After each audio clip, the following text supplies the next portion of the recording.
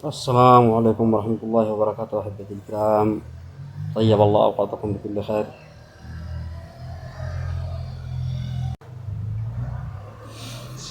أعزائي الكرام، موضوعنا الليلة موضوع دولة قطر. قطر هي دولة عربية تقع في شرق شبه الجزيرة العربية في جنوب غرب آسيا، مطلة على الخليج العربي وعاصمتها الدوحة.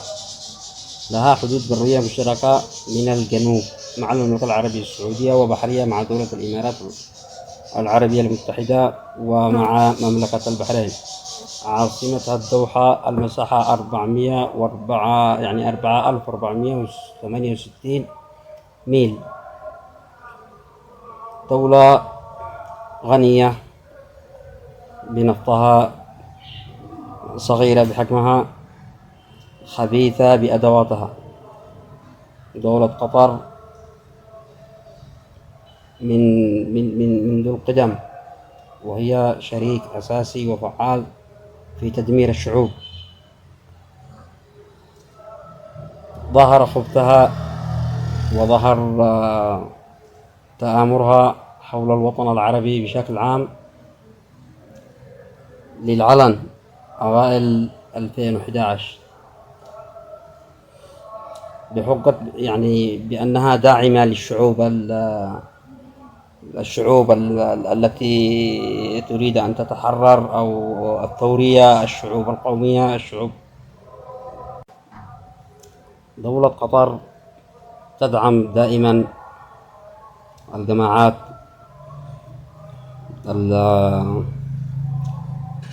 لم تدعم قنوات الدولة في مجال الإصلاحات، في مجال التنمية، في مجال الاقتصاد، في مجال الخير، وإنما تدعم عبر قنوات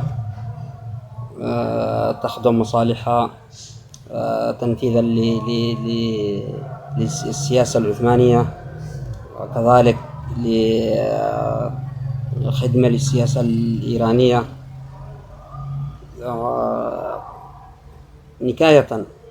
نكاية في من هم شركاء في مجلس التعاون الخليجي، الممثلة بعدائها الأول والأساسي لدولة الإمارات. دولة قطر لا يمكن أن تبني سلام حقيقي في أي وطن من الأوطان. لاحظوا، حيثما تواجدت دولة قطر وجد الخراب، وجد المشاكل، وجدت الطائفية والعنصرية والحقد والكراهية إلى ما ذلك. فدائما حضور قطر في الوطن العربي ليس حضور أخوي صادق مشرف، وإنما حضور إثارة المشاكل، إثارة البلابل، التقسيم الطائفي، العنصرية، الكراهية، الحقد، إلى ذلك. تجد كثير من الناس من يروا في قطر بأنها داعمة ومساندة لهم، رغم معرفتهم بأنها تدعم أطراف عدة ليس لديها موقف حقيقي حتى في دعمها لتيار أو لفصيل أو لجماعة معينة، وإنما تدعم كافة الكيانات المتصارعة لاستدامة الصراع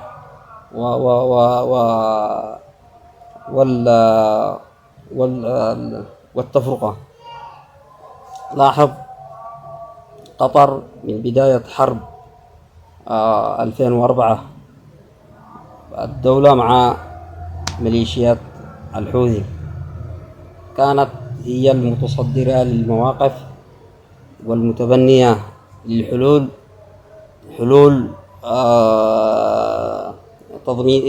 تضميدية، أي مهدئ، ليست حلول جذرية بمعنى الأخوة أو العروبة أو الصدق أو الصراحة. فهي كانت دائما تدعم مثل هذه، وما زالت إلى الآن تدعم إعلاميا وسياسيا واقتصاديا. لا تريد استقرار الشعوب بأمن وأمان وتنمية، اقتصاد، تعليم، ثقافة، لا تريد هذا الشيء.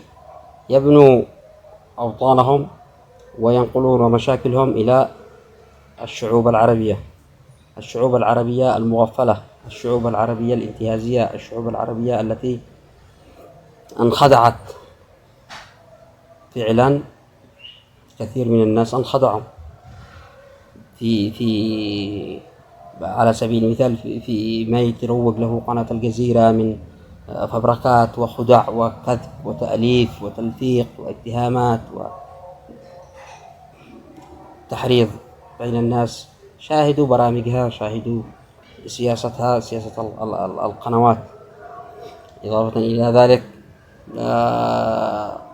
إنشاء قنوات تابعة للجزيرة في كافة الوطن العربي تخدم سياسة الجزيرة وتخدم مشروع قطر العدائي للشعوب العربية، إضافة إلى دولة الإمارات.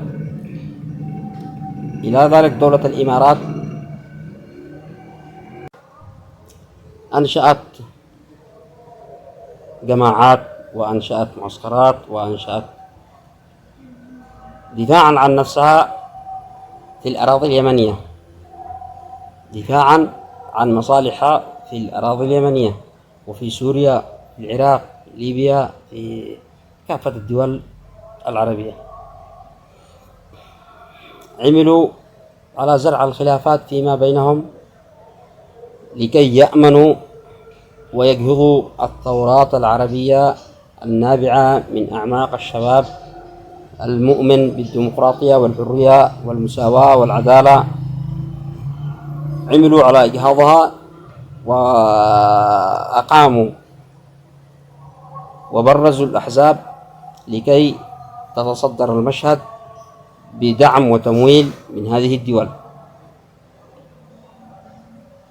والنتيجة كانت ما نحن فيه إلى الآن.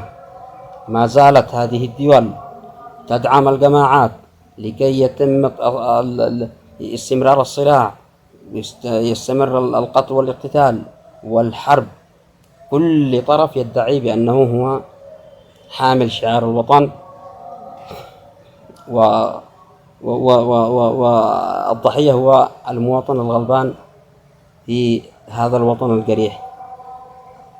كثير من الناس لا يعرف الحقيقة بناء على التغذية الثقافية والفكرية لسياسة الحزب التابع له،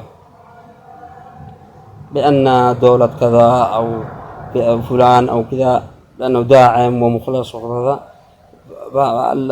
العضو لا يفقه فيما يدور ما تحت ما تحت الطاولة ومن خلف الكواليس. مؤامرة كبيرة تديرها دولة قطر ودولة الإمارات، هؤلاء وصمت السعودية. دول الخليج نقلوا مشاكلهم الداخلية إلى اليمن، إلى سوريا، إلى العراق، إلى ليبيا، لكي يستمروا في البناء، في التنمية. هم متفقين على أغلب الأشياء، متفقين، ولكن سباق حقيقي وفعلي وضخ أموال حقيقية ومبالغ هائلة للحصول على بناء معسكرات من هو الأقوى على الأرض. وهذه هي النتائج. دول الخليج يمتلكون المال، وشعب يمني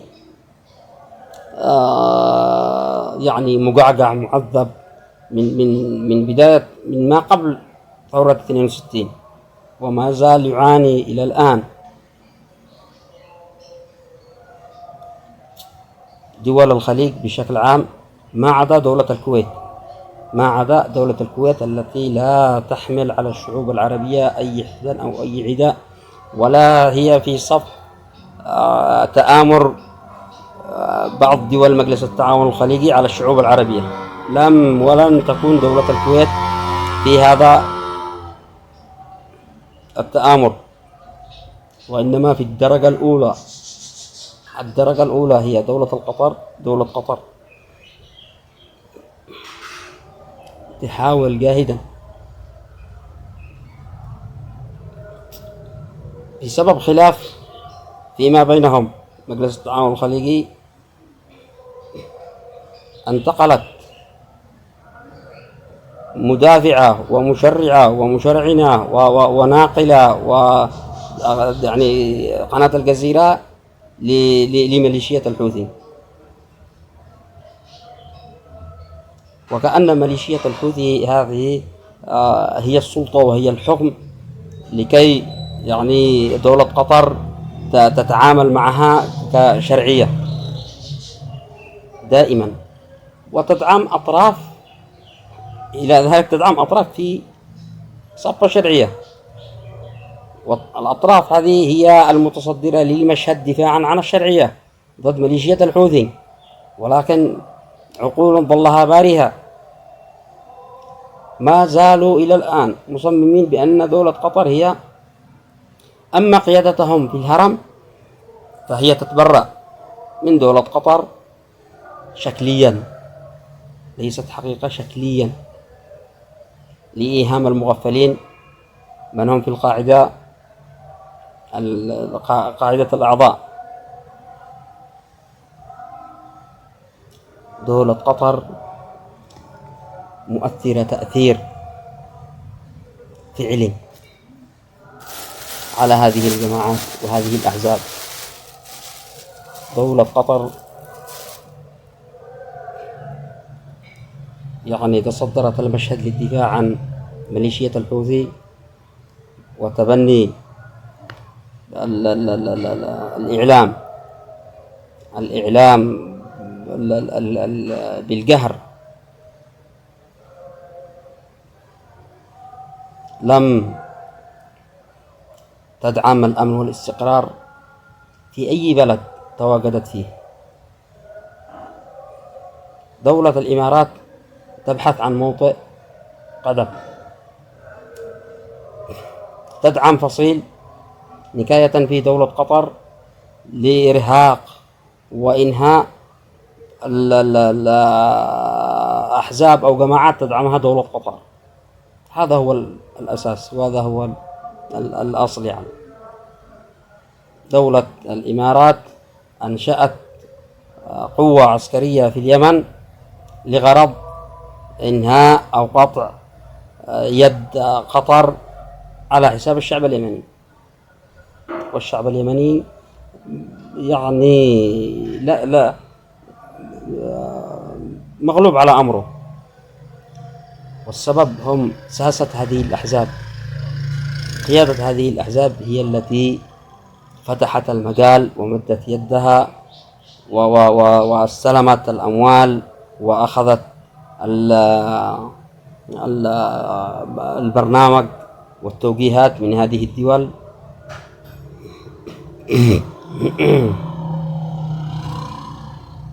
والضحية هو الشعب، الشعب. دولة قطر لم تتبني موقف صريح وشفاف رسمي صادق مخلص لإنهاء ما هي لإنهاء التعامل مع أدواتها على الأرض، ولكن قمر دول التحالف وغرورهم بأموالهم يتصارعوا، ينقلوا صراعهم من أروقة مجلس التعاون إلى الوطن العربي، إلى اليمن، العراق، سوريا، ليبيا، وهذه هي النتائج. دولة الإمارات للحقيقة وأغلب الناس يعرفوا هذا الشيء، فهي صادقة ومخلصة مع معسكراتها في اليمن أو في الإمارات أو في ليبيا أو في العراق أو في سوريا. هي صادقة ومخلصة مع معسكراتها التي أنشأتها بوضوح بقهر. ولكن المشكلة في دولة قطر بأنها تدعم ميليشيا الحوثي وتدعم طرف آخر، وتدعم بالواضح حزب الإصلاح. مهما تم الإنكار ومهما تم الإخفاء بأنهم بأن قطر شريكة فعالة أساسي من 2011، وهي تتبني مواقف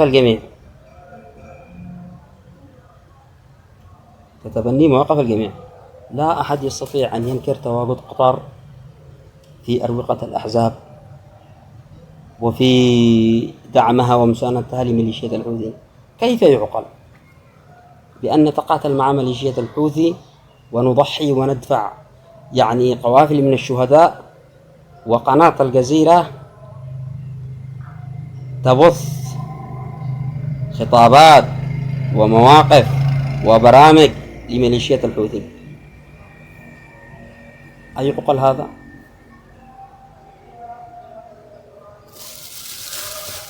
أما دولة الإمارات فهي أنشأت حليف في اليمن، وهي صادقة مع حليفها نكاية في دولة قطر. ولكن من هم الضحية؟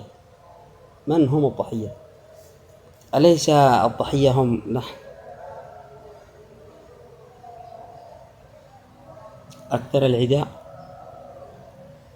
أكثر عداوة دول مجلس التعاون الخليجي لحزب الإصلاح، خاصة لتبني سياسة المراوغة وعدم جدية المصداقية في إظهار الحقيقة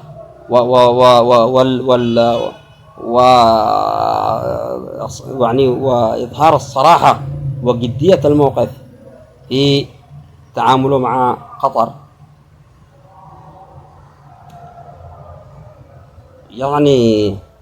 دائما في السياسة صحيح المراوغة، التحايل، لكن في إراقة الدماء، في التعامل مع ميليشيات كميليشيات الحوثي، هنا لازم الجدية، الوقوف بكل حزم. دولة لا نريد منها لا جزاء ولا شكورا. وصلنا لقناعة بأن قناة الجزيرة داعمة لميليشيا الحوثي في كل ما صغيرة وكبيرة. هنا نقف. لا يمكن أن نجاري أو نهادن أو نساوم في دماء الشهداء إرضاء لقطر وضد المملكة أو ضد سياسة الإمارات أو ضد شيء. خط أحمر. دماءنا ليست لعبة بيد دول مجلس التعاون لكي يتصارعوا ونحن الضحية. كان الأوضح والأفضل من حزب الإصلاح أن يتبني موقف من قناة الجزيرة واضح وضوح الشمس، ولا يترك مجال للشك أو للريبة. مجلس التعاون الخليجي لديها مخابراتها، العالم كله يملك قوة هائلة من المخابرات في أوساط المجتمع اليمني، ويعلم كل صغيرة وكبيرة. ثانيا، الأحزاب والجماعات أصبحت أدوات همها رفع التقارير. كل واحد يرفع تقريره على حساب الآخر خدمة لدول مجلس التعاون الخليجي. قطر لعبت بالأوراق، خبطت الأوراق. قطر أوهمت الجميع. قطر لعبت دمرت الأوطان. قطر دمرت الأوطان. أتحدى أي واحد يتكلم يعني يقول مواقف قطر من البداية إلى الآن هل هي مواقف مشرفة؟ يا أخي أنا إذا كنت أنا يدك في اليمن مهما كان خلافك مع جيرانك لا يمكن أن تتورط وتنحاز إعلاميا وسياسيا واقتصاديا إلى ميليشيات الحوثي، وأنا يعني يدك وذراعك في هذا الوطن كما يدعو الآخرين. أنا أصبحت في موقف محرج، هكذا المفروض حزب الإصلاح أما عندما نتكلم دولة الإمارات تدعم الفصائل فهي داعمة حقيقية، ولا يمكن أن قناة من قنوات الإمارات تبث خطاب أو تتبني موقف من ميليشيات الحوثي الذي هم سفكوا دماءنا. أيضا إلى حزب المؤتمر الشعبي العام، فدولة قطر هي صادقة ومخلصة مع حلفائها. دولة الإمارات هي صادقة مع حلفائها، لكن دولة قطر أين هي صدق النية؟ أين هي صدق الحليف؟ دولة قطر يعني دولة الإمارات صدقت وأخلصت مع حفتر، صدقت مع أغلب ولكن عندما قطر حاولت اللعب في سوريا والمهادنة وإطالة القتال كان لدولة الإمارات موقف مشرف بالانحياز إلى سياسة تتبعها وخطة بالأصح لم يكن لها حضور في الفصائل المعارضة لبشار ولم تبني، ولكن عندما أعدت يعني أخلصت وصدقت مع حفتر كانت النتائج مشرفة، وصمد حفتر ووقف حفتر بكل شجاعة أمام معارضه. الواقع لازم يقال، لا نجلس نبرر الأعذار والكذب ونكذب على أنفسنا ونكذب على بعضنا البعض ونحن نعلم ما يدور، لم نكن من المريخ ولم نكن منه. فدولة قطر أوهمت كافة القوى، ما زالوا بعض الناس يدافعوا على دولة قطر وكأنها أو على الجزيرة وكأنها، وهو يعني يدافع على لم يخجل ولم يستحي يدافع عن قناة الجزيرة، وأن تفتح قناة الجزيرة على صورة السيء عبد الملك بدر الدين الحوثي وهو يلقي الخطاب، ولكن المدافع لا يخجل عن دفاعه عن هذه المنع.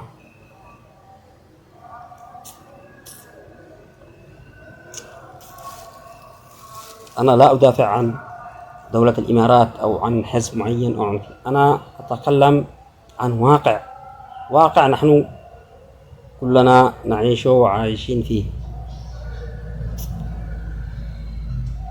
أنا لا أستعدي حزب الإصلاح أو أستعدي المؤتمر أو أستعدي أو أميل إلى الاشتراكي أو أميل إلى أي حزب. أنا أتكلم عن واقع مشاهد حاصلة. في 2011 كانت الجزيرة هي المتبنية إعلاميا وترويجيا على أحداث ثورة 2011 يعني بكل ما تعنيه الكلمة.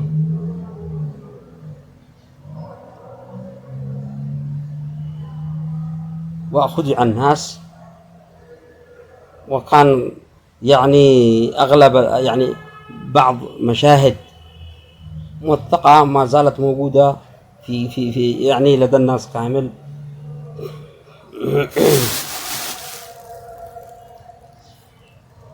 قطر لعبت دور كبير في هدم الشعوب، والآن قطر إعلاميا تم التضييق الخناق عليها إعلاميا من قبل مجلس التعاون الخليجي في اليمن، أنشأت عدة قنوات في اليمن بالدعم وتمويل حقيقي، وموجه الإعلام هذا ضد التحالف، والآن الإعلام هذا موجه ضد الدكتور رشاد العليمي بالذات. رشاد العليمي بأنه أولا عندما تتكلم عن رشاد العليمي أو تتكلم عن مجلس القيادة الرئاسي، أولا نبرة خطابك هل هي نابعة من أعماق وطنية أم يعني نابعة من توجيهات وسياسة إعلامية متخذة من أروقة الجزيرة؟ بالعقل دكتور رشاد العليمي يملك خبرة أكثر من 30 عام في أروقة السياسة في اليمن، يعرف كل صغيرة وكبيرة.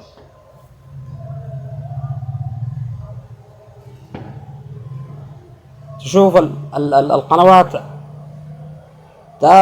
تبث وتستبق الأحداث بإعلام يعني كله ترهيب وترغيب، يعني رعب، كله رعب، كله خوف وقلق وشؤم. لا تجد أي خطاب مطمن، خطاب يعني مسؤول، خطاب متحمل هم وطن، خطاب يلم الشمل، إلا كل الخطاب خطاب كره، خطاب تخوين، خطاب عدائي، خطاب تمزيق، خطاب. كل الخطابات حق هذه القنوات بهذا الشكل، أوكلت المهمة إليهم بأن هذه هي مهمتكم، وهذه رواتبكم، وهذه مستحقاتكم، وهذه كذا بهذا الشكل.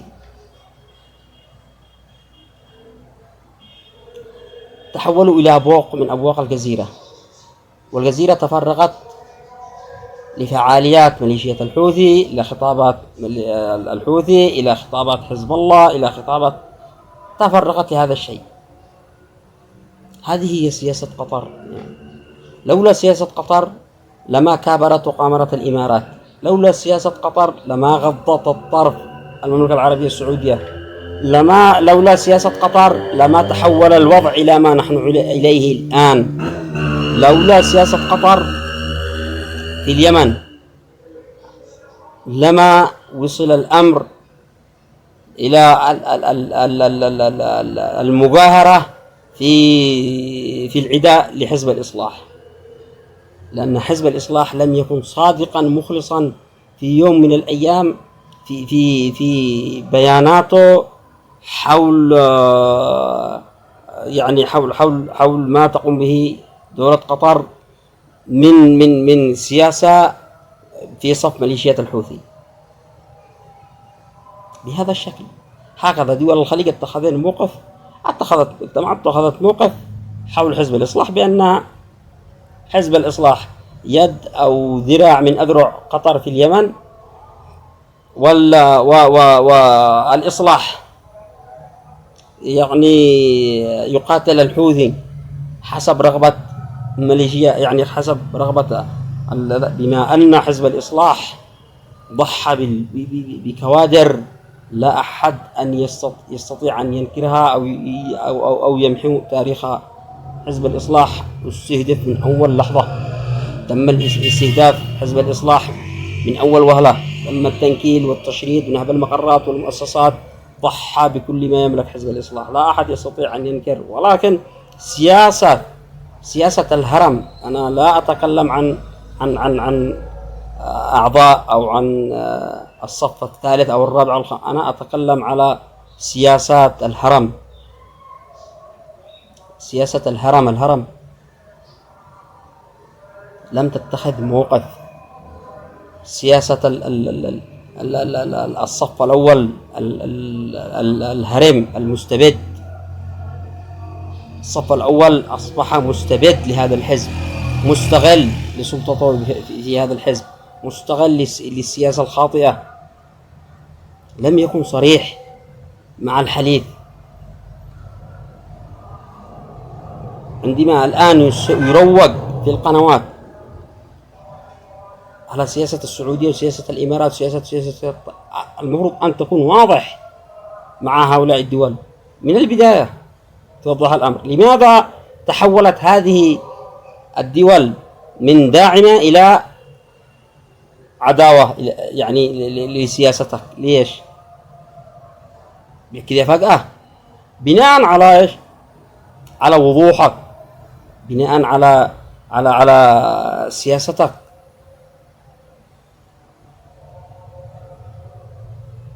هم يعلموا، يملكوا التقارير ويعرفوا وعندهم مخابراتهم في كل مكان، وعندهم أسلوبهم الخاص، سياستهم بهذا الشكل. لذلك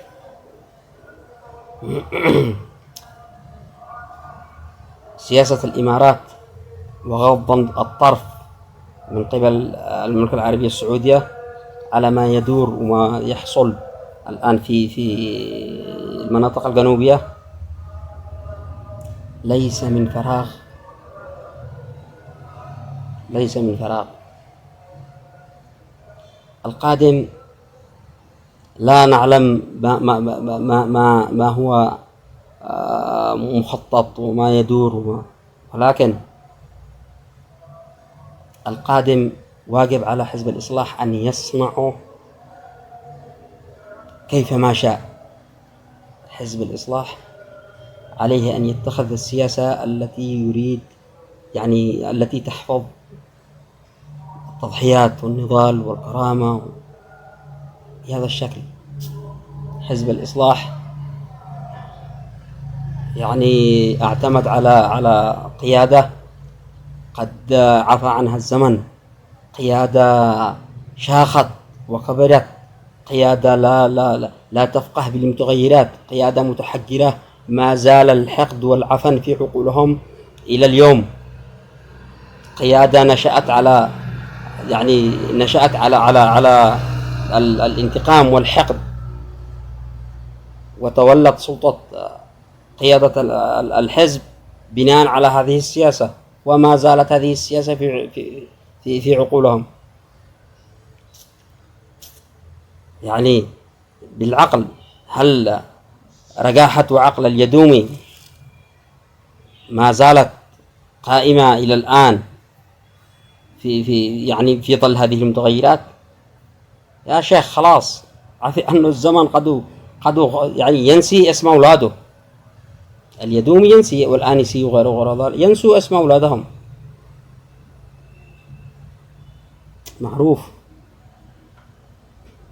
قيادة الأحزاب لازم يعني ينبغي أن تكون يعني دورية، شابة، مطلعة يعني متغيرة مع متغيرات الزمن والمكان والتطور والحداثة.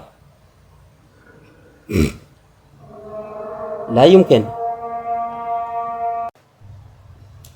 على العموم، لم ولن دولة قطر كانت أو ستكون صادقة ومخلصة مع حلفائها، وإنما تلعب بالأوراق نكاية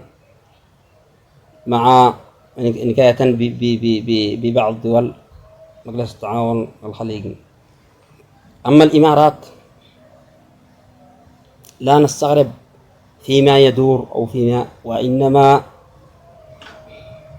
دولة تحترم كيانات تم إنشاءها وتدعمها بقوة وبالعلن، وتحترم يعني طموحهم وتدعمهم بقوة بالعلن. فرق كبير بين سياسة دولة قطر، سياسة المراوغة والتدمير، وسياسة الإمارات المخلصة لأتباعها بغض النظر عن ما يدور. فهي ردة فعل عن سياسة قطر الحاصلة، لأن قطر اتخذت مسارين: تدعم ميليشيا الحوثي ومتبنية حزب الإصلاح بهذا الشكل، حليفة تركيا وحليفة إيران بنفس الوقت، وهي الداعم الرئيسي واليد أو الجسر الذي يعبر عليه السياسة التركية والسياسة الإيرانية في نفس الوقت. تحياتي للجميع، نتمنى السلامة للجميع، وأن يسود الأمن والاستقرار، وأن يهلك الدول التي عاثت في اليمن فساد، وأن يصلح الشأن ويهدي الجميع. وعلى حزب الإصلاح أن يعي ما يدور بالمخطط للقادم. كلنا لا يمكن أن نسمح أو نرضى أو يعني نصمت أو نتخاذل عما يدور من سياسة اجتثاث للحزب الذي قدم وضحى وساند الشرعية. حزب الإصلاح حزب كبير، ولكن نرجو منهم أن أولا يتخلصوا من عقول القيادة الكهلة، القيادة الهرمة، القيادة المتسلطة، هذه القيادة التي عفى عنها الزمن. واجب أن يتخلصوا منها، واجب أن يزيحوها من المشهد، فهي سبب كل البلاء، سبب السياسات. لأنه مستحيل أن تتعامل دولة قطر مع الأعضاء في الصف الخامس أو السادس أو الثالث أو الرابع، وإنما مع هرم، مع قيادة حزب الإصلاح ممثلة باليدومي والآنسي. هؤلاء هم سبب بلاء ما وصل إليه الحزب إلى الآن. هناك القيادات في الصف الثالث والرابع قدموا فلذات أكبادهم، ضحوا بكل ما يملكون، ضحوا بالغالي والنفيس، يعني لا نستطيع يعني إحصائهم. ضحوا دفاعا عن الجمهورية، دفاعا عن الثورة، دفاعا عن الوحدة، دفاعا عن الديمقراطية، دفاعا عن الكرامة، عن الشرف. ثبتوا في مواجهة ميليشيا الحوثي، وضحوا بكل ما يعني يملكون، ولكنهم خانعين في سياسات القيادة العليا، السياسة المراوغة، وهذه هي التي ضرت الحزب وضرت نضال وتضحية الحزب. تحياتي لكم أيها الأعزاء، والسلام عليكم ورحمة الله وبركاته.